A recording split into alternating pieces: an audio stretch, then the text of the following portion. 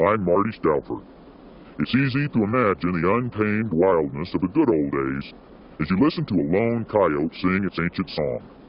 To some of us, this mournful cry kindles delight and inspiration. To others, dread and hatred. In Indian mythology, the coyote was revered for its cleverness and mystical song. Yet our modern society condemns the coyote for its predatory instinct to kill. Regardless of our mixed emotions, this wild canine has proven itself to be one of the most intelligent and successful of all animals on Earth. With efficient hunting skills, an opportunistic diet, strong social bonds, and an incredible capacity to learn, the coyote can quickly change habits and habitat. Even in the face of adversity, this animal thrives. The controversial coyote.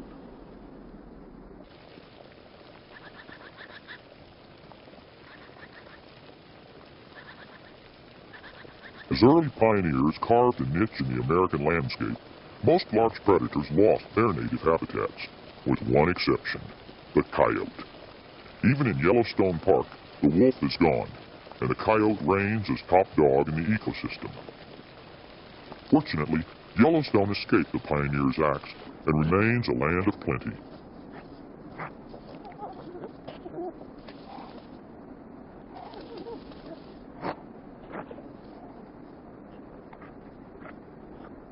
For the otter, there's always an abundance of food, and where there's food, this clever canine is not far away.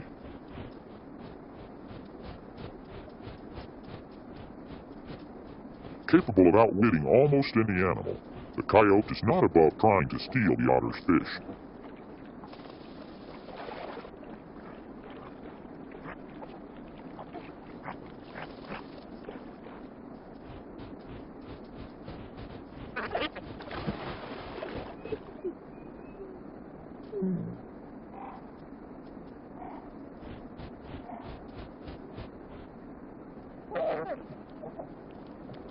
The otter delights in tempting the coyote with its catch of the day.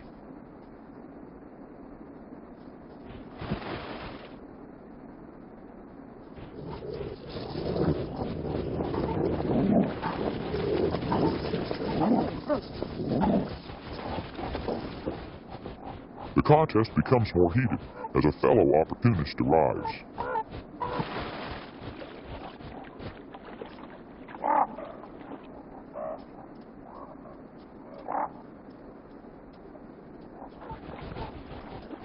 Crow Indians called it the trickster.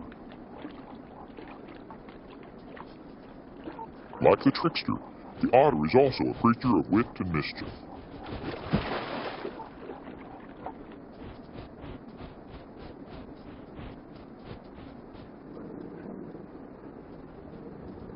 But suddenly, the otter has more trouble than it bargained for.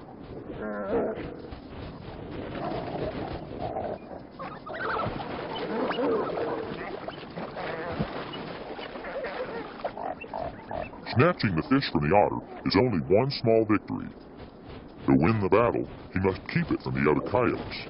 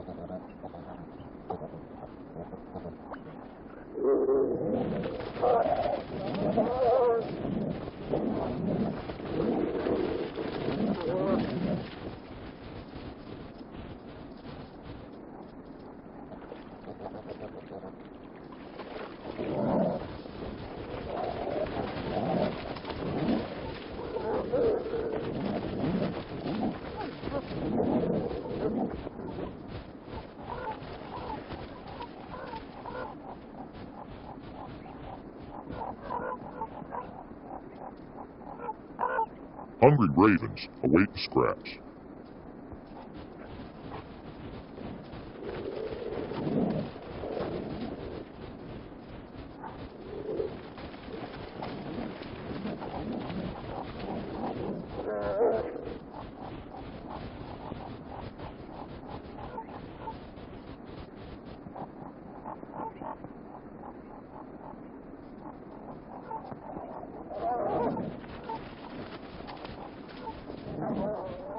In the end, dominance, not chance, dictates which contender claims the prize. Watching this drama, I understand better how these wily predators have survived against all odds. Yet, intelligence does not always guarantee success. Flexibility in diet and habitat are two key factors in the struggle to survive. Animals that are quick to adapt, such as the raven and coyote, are much less vulnerable once the balance of nature is altered. It also helps to have friends in the right places. Coyotes often gaze skyward. Spiraling ravens can lead to carrion or easy prey. As keen as a coyote's sense of smell is, it's not nearly as keen as a raven's eyesight. In turn, the ravens get leftovers from the coyote's kill. The relationship is symbiotic, meaning that each benefits from the other.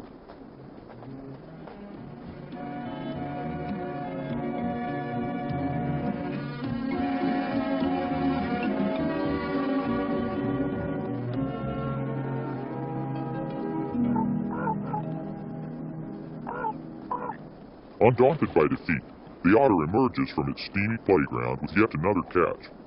This resourceful carnivore is no less a predator than the coyote, and predation may well be the strongest link in the chain of life.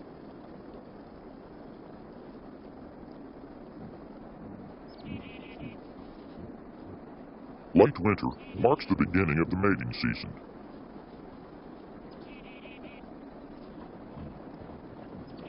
To signal the male that she is reproductively ready, the female paws and bites at his flanks, enticing him to mate.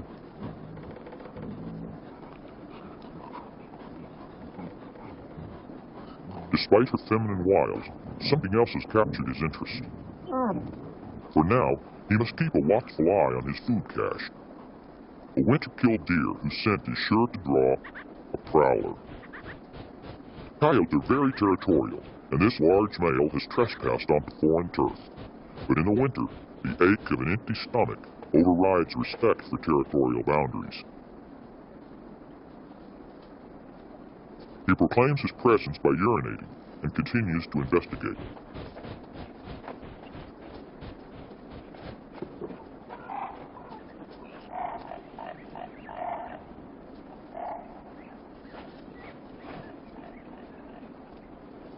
This pair is not about to surrender the carcass. A fallen deer is a rare commodity during a mild winter. Coyotes usually fare better in harsh weather when their normal diet of carrion is more abundant.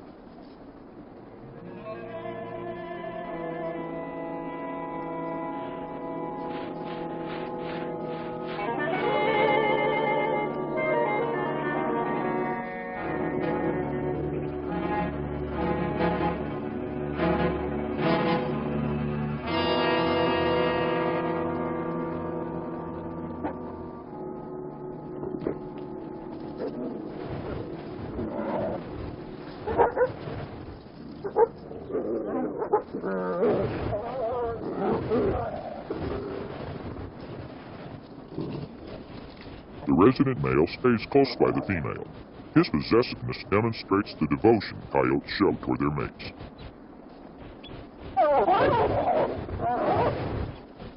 It looks as though the large intruder could easily intimidate the smaller male.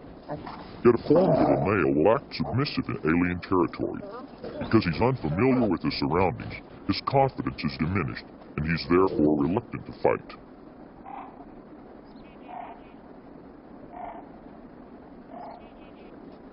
With ownership of the carcass established, the pair returns to the business of courtship. Months of intimate friendship prior to mating help strengthen the pair bond. This loyalty is rarely challenged by other coyotes.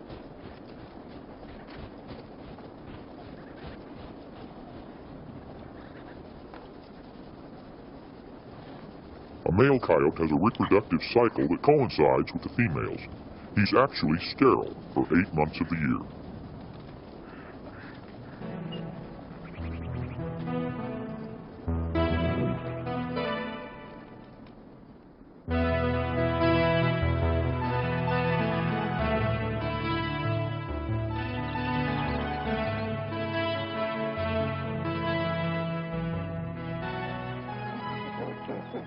pups are born in late April or May. By 3 weeks of age, they begin to investigate their surroundings with ever-growing curiosity and coordination. Evolution made the coyote a creature of our western plains, prairies, and deserts. By clearing forests and exterminating other large carnivores, modern civilization has favored the expansion of the coyote's range, from California to New England, and Costa Rica to Alaska. It now occupies the niches left vacant by man's elimination of wolves, bears, cougars, and wolverines.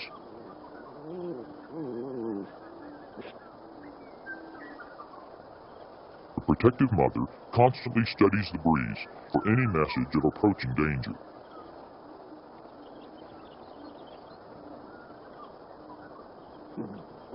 Already, some pups are seeking to assert dominance over their littermates.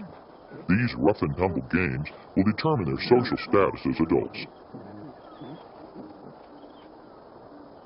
A highly developed social structure is characteristic of most canines. Before the West was settled, the coyote frequently traveled in packs, like wolves. After centuries of persecution, the coyote found little safety in numbers and adopted a more solitary lifestyle, except in protected refuges and national parks where they occasionally still run in packs. Unlike the wolf, which depends on pack cooperation to bring down large prey, the coyote can pursue smaller prey quite effectively on its own. With this adaptability, it's no wonder the coyote has roamed this continent for 55 million years, while so many other animals have become extinct.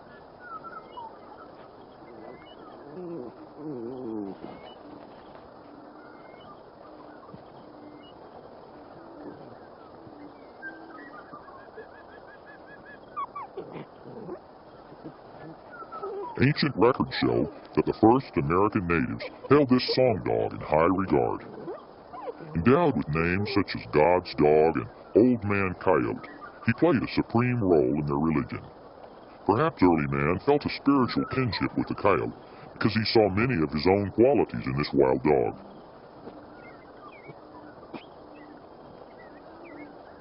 Coyotes have not fared as well with modern man. This female has much to teach her pups about a world filled with predator hatred. And learning always has a price. These pups learned the hardest way of all. They were killed in their den, victims of a controversial predator control program. Adults are trapped, poisoned, even shot from the air, all on the assumption that reducing their population will protect livestock. Coyotes are especially unpopular with sheep ranchers, who claim to lose large numbers of sheep to coyotes and other predators. As sheep ranching became less profitable over the years, sheepmen sought the help of the federal government to control coyote populations. Certainly the most deadly and the least specific method was the use of compound 1080 and strychnine, inserted into meatballs and scattered across public and private rangelands. Poison-baited explosive devices called coyote getters were substituted to target coyotes more effectively. Sheep carcasses are also injected with poison and left for scavengers. This method kills off carrion-eating coyotes, while blame-worthy individuals continue to dine on live sheep. Indiscriminate poisoning kills many other species as well. The least humane of all the grim gadgets is the leg-hole trap. A coyote will chew off its own foot to escape. Unfortunately, the traps are not selective. Other animals, by the thousands, become victims. The stomach contents of this poisoned coyote included 19 mice and a kangaroo rat. As more and more coyotes are killed in an area, the rodent population explodes. A poisoning program for rodents is sure to follow. This creates more government jobs, but leaves a trail of poison that endangers wildlife and humans alike. A non-lethal, environmentally sound tradition which saves thousands of sheep in Europe is livestock guard dogs. They reduce predation and provide an alternative to lethal methods. These dogs may look sheepish, but coyotes stay away and return to the important task of keeping the rodent population in check.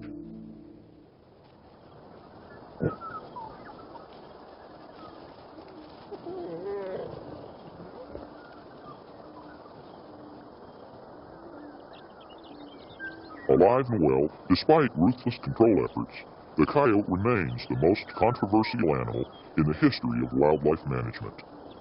Most coyotes are more interested in their natural prey, a jackrabbit.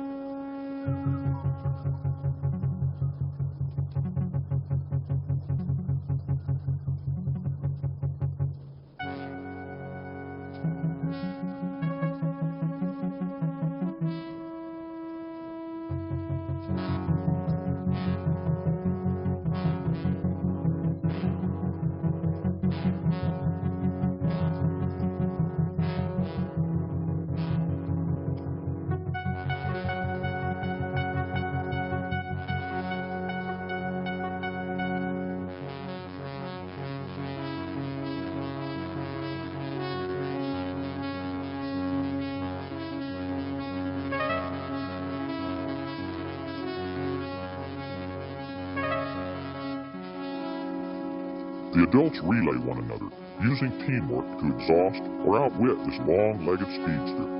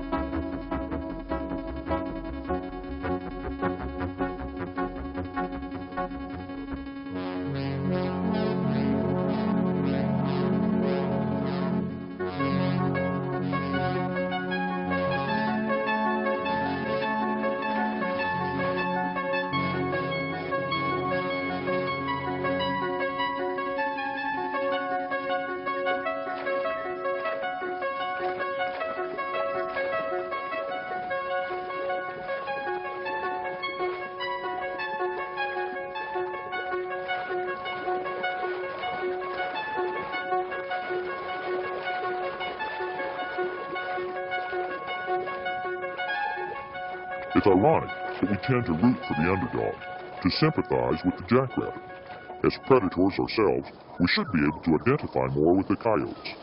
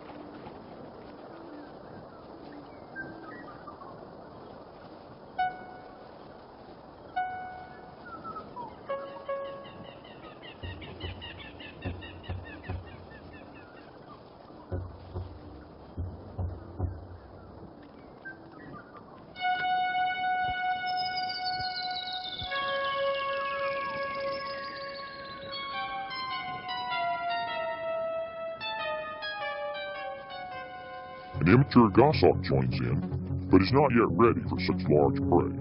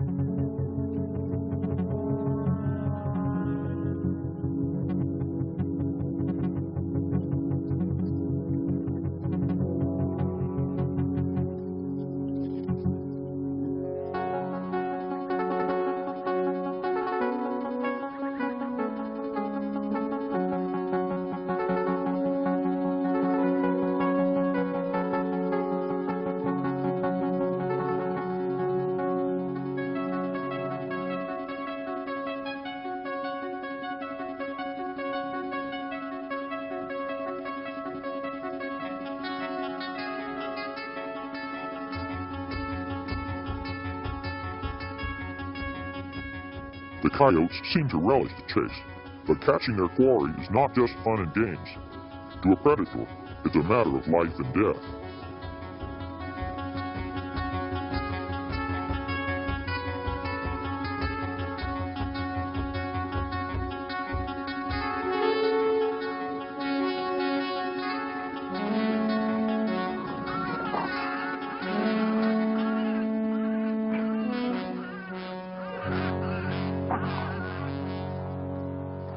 Many people believe the coyote's role is that of villain, but nature does not distinguish between villains and victims, only between the successful and the unsuccessful.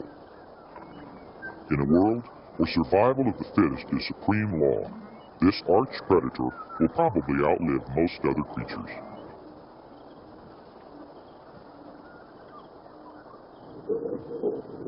In the words of Crow Indian chief, when the antelope have gone, and the buffalo wallows are empty, only the wail of the coyote will be heard.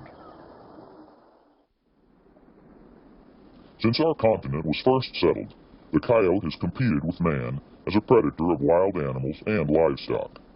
Today, more than ever, the coyote is paying for this competition with its life. Yet the normal food habits of most coyotes are more beneficial than harmful.